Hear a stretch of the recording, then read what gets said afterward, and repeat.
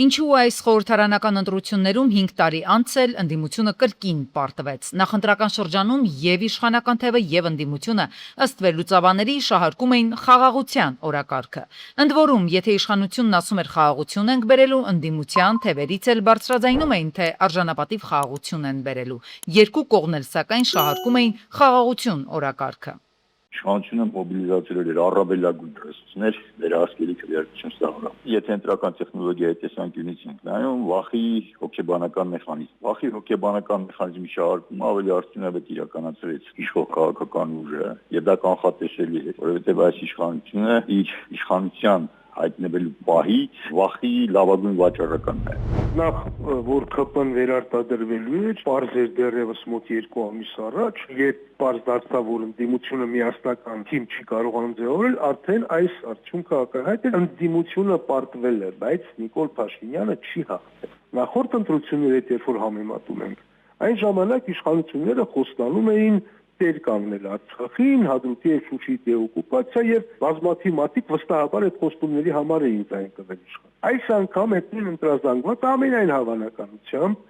համարում է, որ դե լավ, միևնույն է, արդեն ամեն ինչ կորցրել ենք, գոնե այդքանից հետո խաղաղությունն էլ չկորցնենք։ Եվ քանի որ ընդդիմությունը ոչ միասնական է եղել, ոչ էլ հստակ այլ ընտրանքի առաջարկել, դրա համար էլ պարտվել է։ Ըստ քաղաքագետների խորհրդարանական ընտրություններին մասնակցող դաշինքներում ներկայացվածությունն ունեցող ավանդական կուսակցությունները պատշաճ չներկայացրեցին իրենց գաղափարախոսությունը քաղաքացիներին ճիշտ ուղով տանելու համար։ Քաղաքական բովանդակությունն այս ընտրություններում գեներացրել են շատ քիչ քանակությամբ ուժեր, մնացածը մանիպուլյատիվ քարոզչական դաշտում են աշխատել եւ այդ աղմուկը խլացրել է այդ բանական քաղաքական գաղափարախոսական պրոդուկտ առաջարկող ուժերի ձայն։ Ի վերջո ընտրողը առաջնորդվում է քարոզչությամբ, այն ստերով բոլոր կողմից, եւ իշխանական եւ ընդդիմադիր, որ իրեն հրամցնում են։ Այն ուժերը, որոնք որ նման պրոդուկտ գեներացնում էին, նրանք ունեին փոքր ռեսուրս եւ այդ աղմուկի մեջ ուղղակի լսելի եղան ընտրողի կողմից։ Վերլուծաբանների դիտարկմամբ այս խորհրդարանական ընտրություններում հաղթանակ տանելուն իշխանություններին օժանդակեցին նաեւ արտաքին ուժերը՝ Եվրամիությունը եւ Միացյալ Նահանգները։ Կասկածելի էր նաեւ ռուսական հակազդեցությունը Նիկոլ Փաշինյանի գործողություններին քարոզչական դաշտում։ Ըստ փորձագետների պետք է դեռ հասկանալ ռուսները տրամադրված էին ընդդիմության հաղթանակին։ Տպավորությունն է, որ ռուսները ամեն ինչ արեցին, որպեսզի Նիկոլ Փաշինյանը կարողանա վերարտադրվել ամենայն հավանականությամբ որոշակի քաղաքական շահադիտական նպատակներից ելնել։ Ռուսաստանը կարճաժամկետ եւ իրեն հատուկ կացնային քարոզչությամբ փորձեց հարցերը լուծել, չստացվեց, բայց ամեն դեպքում պրոռուսական կամ ռուսական ազդեցության կողմնակից ուժերը խորհրդարանում բավականին լուրջ ներկայացված են լինելու եւ Ռուսաստանը հետագայում էլ պահպանելու է լծակները Հայաստանի քաղաքական դաշտի վրա։ Ըստ քաղաքագետների այսօր Հայաստանի իշխանության եւ կառավարման ղեկին հավակնում են այնպիսի մարդիկ, ովքեր պետական գործիչներ չեն եւ առաջնորդվում են բացառապես խմբակային շահերով։ Քաղաքագետների խոսքով այս ընտրությունների արդյունքների համար ճիշտ չէ ասելը, թե մեղավորը ընտրողն է։ Մեղավորներն ըստ փորձագետների այս դեպքում ավելի շատ քաղաքական ուժերն էին։ Ընտրություններից ընդամենը 1 օր անց ազգային ժողովում քաղաքական օրակարգի առանցքում արդեն ոչ թե ընտրությունների ընթացքն է, այլ դրանց արդյունքներից բխող սպասումները։ Ազգային ժողովի մշտական հանձնաժողովների համատեղ նիստում վարչապետը, նախարարներն ու պատգամավորները քննարկեցին 2025 թվականի պետական բյուջեի կատարողականը, տնտեսական արդյունքները ու առաջիկա ծրագրերը։ Առաջիններից մեկը քաղաքական գնահատական հնչեցրեց արտաքին գործերի նախարարը։ Արարատ Միրզոյանի խոսքով ընտրությունների արդյունքները կառավարությանը հնարավորություն են տալիս շարունակելու որդեգրած քաղաքականությունը։ Արտաքին գործերի նախարարը խոսեց նաև տարածաշրջանային հաղորդակցությունների թեմայից, նշելով, որ շարունակվում են Թուրքիայի հետ երկխոսությունները Գյումրի Կարս երկաթուղու վերագործարկման ուղղությամբ։ Միրզոյանի խոսքով արդեն իսկ Հայաստանի համար նախատեսված բեռներ են անցել Ադրբեջանի տարածքով։ Մոտ ապագայում մենք այսպես ամեն ինչ որ փուլում մի շոշափելի առաջընթաց ենք ունենում Թուրքիայի հետ մեր հարաբերությունների ամբողջական կարգավորման առումով, բայց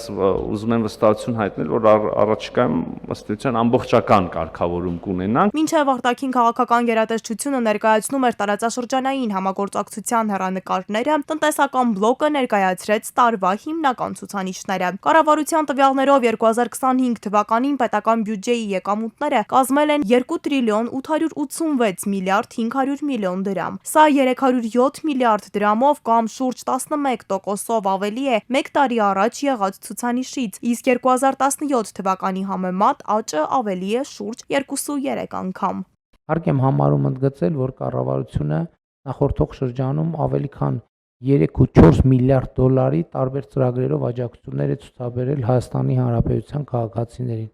Սկսած հիպոթեկային հարկի պարագայում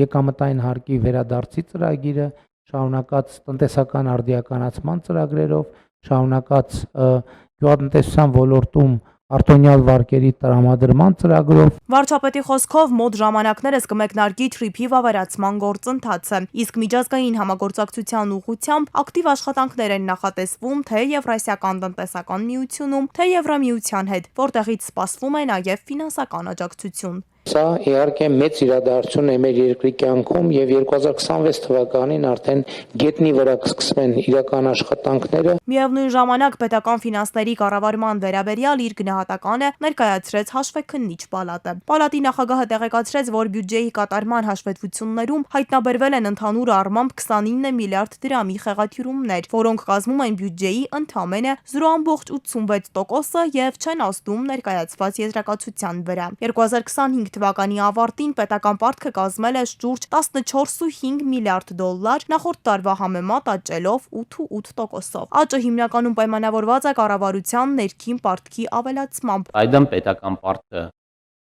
կազմել է դեկտեմբերի 31-ի դրությամբ 5 տրիլիոն 541 միլիարդ դրամ, իսկ կառավարության պարտքը 5 տրիլիոն 354 միլիարդ դրամ։ Կենտրոնական բանկի նախագահ Մարտին Գալստյանի տվյալներով 2025 թվականին տնտեսական աճը կազմել է 7.2%, գերազանցելով կառավարության կանխատեսումները։ Աճին առավելապես նպաստել են շինարարության, առևտրի եւ ծառայությունների ոլորտները։ Հարկային մուտքերն էլ շարունակում են աճել։ 2024 թվականի համեմատ հավաքագրված հարկերը ավելացել են շուրջ 14%-ով։ Միաժամանակ գնաճը որոշ չափով արագացել է, տարվա վերջում հասնելով 3.3%-ի։ Ծաղկունք բնակավայրում 300 հատ գառը սատկել, գայլերն են հարձակվել։ Գյուղի բնակիչն է հայտնաբերել սատկած կենդանիներին արոտավայր տանելուց առաջ։ Շոկի մեջ են բնակիչները, նման դեպք առաջին անգամ է, ասում են։ Եղել է, որ մինչև 30 ոչխար հոշոտեն, բայց որ այս քանակությամբ առաջին անգամն է։ Գյուղի բնակիչների ոչխարները, այդ թվում մայրացուներ էլ կան, չէ՞։ Այդ թվում մայրացու ոչխարները այստեղ են պահվում եւ ժամը 5:20-ի սահմաններում ով որ խնամում է դուրս է գալիս տանից, որպեսի նորից հերթական անգամ գառներին տեղափոխում եք որտեղ տանում եք արոտ, տանելու եք արոտ, ոնց որ միշտ լինում է։ Հետո նկատեցիք առավոտ եկանք, պես նկատեցինք, որ ցած դեպքը եղել։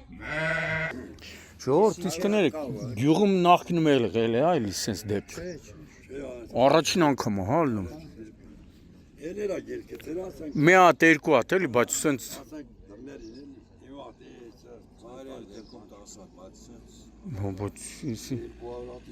Սա վարկով վերցված չէ։ Չէ։ Հա մի քանի հոգու է, էլի, ասենք մի հոգու չի։ Րոպեների ընթացքում գայլերը գյուղացիների ապրուստի միակ միջոցն են ոչնչացրել։ Մեծ մասը վարկերով էին գնել այդ կենդանիներին, հիմա չգիտեն ինչ անել, անելանելի վիճակում են։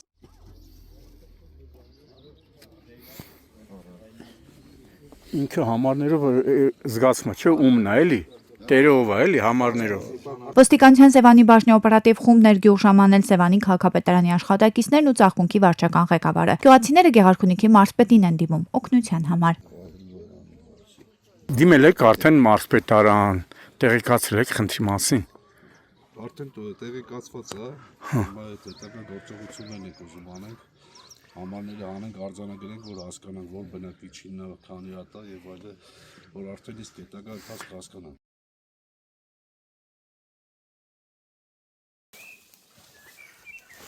Հունիսի 7-ին ողբերգական վթար է տեղի ունեցել Սյունիքի մարզում Տաթևի վանք տանող ճանապարհին 46-ամյա Հարություն Հարությունյանը ջիպ կոմպասով դուրս է եկել երթևեկելի գոտուց, մի քանի պտույտ գլորվելով գլխիվայր հայտնվել անտառում ծառերի մեջ։ Վարորդը 41-ամյա Ազնիվ Գևորգյանը, 14-ամյա Հայկ Հարությունյանը, 19-ամյա Տիգրան Հարությունյանը տեղում մահացել են, իսկ 17-ամյա Էմիլիա Հարությունյանը վնասվածքներով տեղափոխվել է Գորիս բժշկական կենտրոն, որտեղ վիճակը գնահատվել է ծայրահեղ ծանր։ Փրկարարծառայության Գորիսի շրջան փրկարարական ջոկատի փրկարարները, պարեկներն ու քաղաքացիները մահացածների մարմինները, որոնք հայտնաբերվել էին մեքենայից դուրս ոտքով մոտ 300 մետր անանցանելի ճանապարհով, մոտեցրել են Ուազին, որն էլ դիերը մոտեցրել է դիատարին։ Իդեպ վթարի վայրը պարեկները հայտնաբերել են դրոնի միջոցով։ Դեպքի վայր են ժամանել նաև ներքին գործերի նախարարության ոստիկանության պարեկային ծառայության Սյունիքի մարզի գումարտակի պարեկները։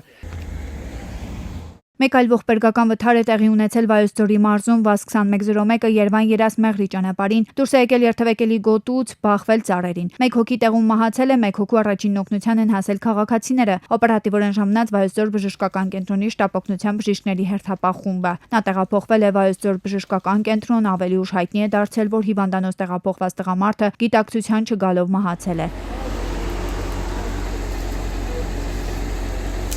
Ինտերեկություններով մահացածները հայրու որդի են։ Հունիսի 7-ին Լանջազատ գյուղում բախվել են 41-ամյա Ռաֆայելի Օփել Աստրան եւ 64-ամյա մարզպետի ՎԱԶ 2106-ը։ 5 հոգի տարբեր աստիճանի վնասվածքներով տեղափոխվել են Էրեբունի բժշկական կենտրոն։ Հունիսի 7-ին Սարի թաղում Վոլգա 21-ը դեռևս անհայտ հանգամանքներում դուրս է եկել երթևեկելի գոտուց, բախվել բազալտե եզրաքարին ու շրջվել։ Մեկ հոգու առաջին օգնության են հասել քաղաքացիները, օպերատիվորեն ժամանած Երևանի շտապօգնության բժիշկների հերթապահ խումբը։ Նա տեղափոխվել է հիվանդանոց։ Վարորդին բժիշկներն օգնություն են ցուցաբերել, սակայն նա հրաժարվել է հիվանդանոց մեկնել։ Վթարի հետևանքով մեքենայի հետևի անվահեծաններից մեկը կոտրվել էր, վարորդն ու վիրավորը ամուսիններ են։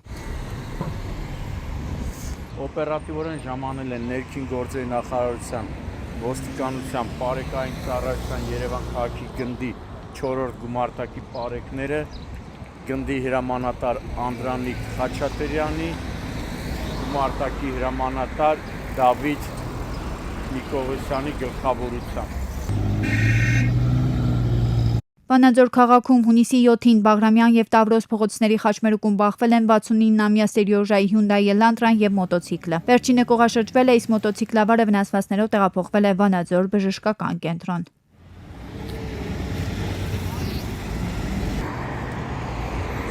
Իսկ հունիսի 6-ին Պորշ մականը Եղվարդի խճուղուց դեպի Աշտարակի խճուղի Դավթաշեն ընթանալիս դուրս է եկել երթևեկելի գոտուց, անցել բազալտե եզրաքարի վրայով, բախվել ցուցանակին ու Երկաթե Էլեկտրասյանը հայտնվել կանաչ գոտում։ Մեկ հոգու առաջին օգնության են հասել քաղաքացիները, ոստիկանության ուղեկցող գվարդիայի ծառայողներն ու Երևանի շտապօգնության բժիշկների հերթապահ խումբը։ Նա տեղափոխվել է հիվանդանոց։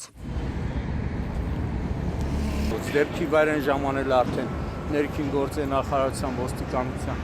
պարեկային ծառայության Երևան քաղաքի գնդի գումարտակներից մեկի պարեկները, ովքեր այս պահին պարզում են ավտոմեքենայի սեփականատիրոջ, վարորդի եւ վիրավորի ինքնությունը։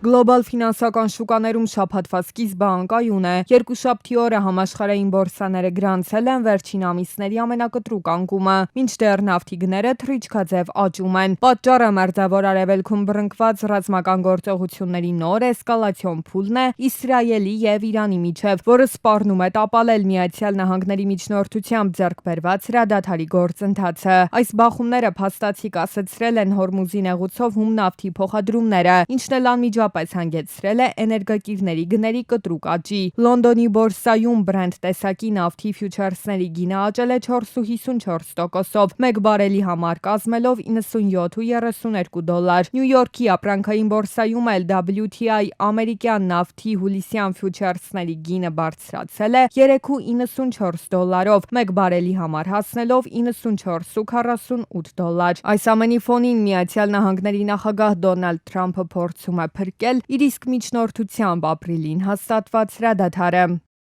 Դուք արդեն արձակել եք ձեր հրթիռները, հերիք է, վերադարձեք բանակցությունների սեղանի շուրջ եւ համաձայնության եկեք։ Սակայն փորձագետները նշում են, որ խաղաղության հասնելն այլևս շատ ավելի բարդ է։ Իրանը պահանջում է, որ ցանկացած հրադադար ներառի նաև Լիբանանում Իսրայելի ռազմական գործողությունների դադարեցումը։ Վերջին իրադարձությունները ավելի են բարդացրել մոտալուտ գործարքի հնարավորությունները։ Գլխավոր խոչընդոտները մնում են անփոփոխ։ Իրանի սառեցված ակտիվների ճակատագիրը, հարստացված ուրանի պաշարները, Լիբանանում տիրող իրավիճակը եւ այն, թե ով է ապագայում վերահսկելու Հորմուզի նեղուցը։ Իրավիճակն էլ ավելի խճճվեց, երբ Արաբական Միացյալ Էմիրությունները դուրս եկավ OPEC+-ի կազմից, իսկ կառույցի կողմից արդյունահանման ծավալների չնչին ավելացումը որևէ ազդեցություն չունեցավ շուկայի վրա, քանի որ նեղուցը փակ է։ Ֆինանսական ամենամեծ հարվածը ստացել է Ասիա-Խաղաղօվկիանոսյան տարածաշրջանը։ Միացյալ Նահանգներում էլ հիասթափությունը երկակի է։ Բացի արտաքին քաղաքական ճգնաժամից աշխատատեղերի վերաբերյալ դրական զեկույցը մեծացրել է մտավախությունները, որ դաշնային պահուստային համակարգը կբարձրացնի տոկոսադրույքները։ Բացի այդ, ներդրողները վախենում են, որ արհեստական բանականության բումով պայմանավորված տեխնոլոգիական բաժնետոմսերի վերելքը մոտենում է ավարտին։ Միջազգային վերլուծաբանները կանխատեսում են, եթե առաջիկա ժամերին կողմերը չգնան դեէսկալացիայի եւ Հորմուզի նեղուցը շարունակի փակ մնալ, նավթի գների աճը կշարունակվի, հանգեցնելով համաշխարհային գնաճի նոր ալիքի եւ ել ավելի մեծ ճնշում գործադրելով ֆոնդային շուկաների վրա։